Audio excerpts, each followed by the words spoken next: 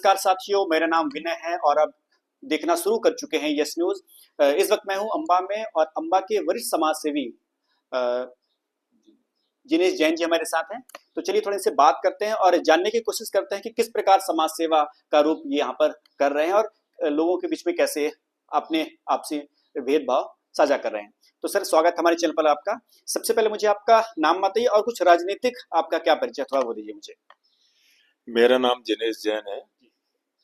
राजनीतिक रूप से मैं भारतीय जनता पार्टी का जिले का अध्यक्ष हूँ, नगर पालिका का अध्यक्ष भी रहा, यहाँ पर अनेक जैन समाज का भी अध्यक्ष हूँ।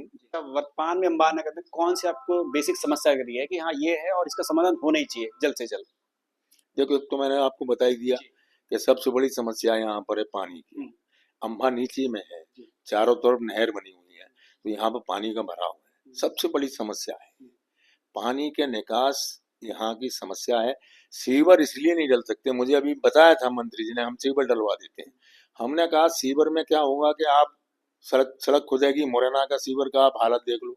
तो हमने कहा हमारे के माध्यम से, नालों के माध्यम से बेहड़ में ले जाना और यहाँ शहर में कोई पानी न मरे, ये सबसे बड़ी समस्या। एक दूसरी समस्या या नौजवानों में जो गुंडागिर्दी बढ़ रही है, बच्चों में जो गुंडागिर्दी बढ़ रही है, उसका बहुत तरीके से उसका निदान होना चाहिए।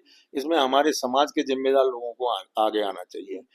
तीसरी बात, अच्छा, जो आप ये नौजवानों की बात कर रहे हैं तो उसमें क्या सोशल मीडिया का कुछ इफेक्ट लग रहा है आपको? देखिए सब, देखिए मैं बताऊं, आपके हाथ में ये फोन है, एक तरीके से कंप्यूटर है, इसमें अच्छा भी है और बुरा भी है। हमारी मानसिकता ये होना चाहिए हम अच्छा देखें।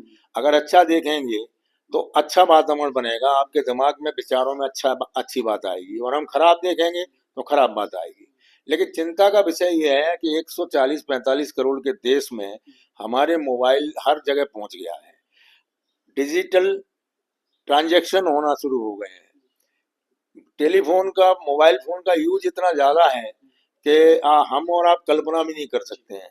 लेकिन हमको ये पता है कि ये अच्छा कम कर रहा है, खराब ज्यादा कर रहा है। तो अपने बच्चों को समझाइए कि कम से कम इसका इस्तेमाल करें। और रात्रि के माँ बाप को मैं सलाह देता हूँ कि रात्रि के 10 बजे के बाद किसी भी बच्चे के पास में मोबाइल नहीं होना चाहिए। वो उसके मम्मी पापा अपना मोबाइल लेके अपने पास रखें और सुबह स्कूल जाने के बाद उसको टाइम दें, भाई 1 घंटे आप मोबाइल देखिए, उसके बाद ज्यादा नहीं। घंटे 2 घंटे से ज्यादा मोबाइल किसी बच्चे को मिलना नहीं चाहिए। अगर वो रेगुलर मोबाइल के टच में रहता है तो उसको बिगड़ने से कोई नहीं बचा सकता। चलिए, मेरा आखिरी सवाल आपसे है कि जो नए जनप्रतिनिधि तैयार हो रहे हैं, बन रहे युवा वर्ग खासकर, तो उनके लिए आप क्या कहेंगे?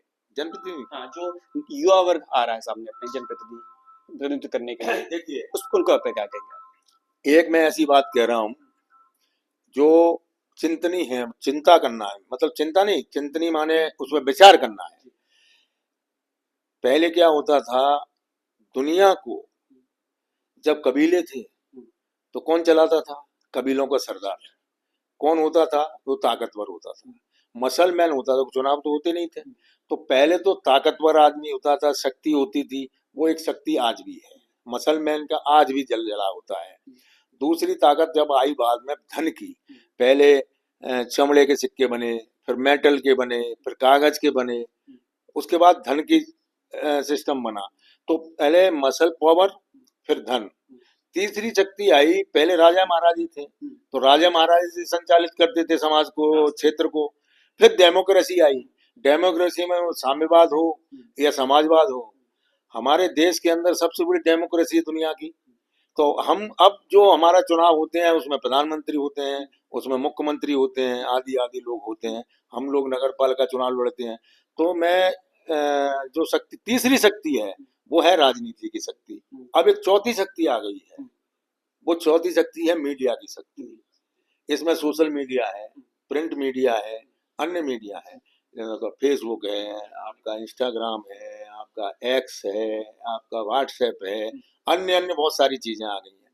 तो ये चौथी शक्ति के रूप में उभरी है।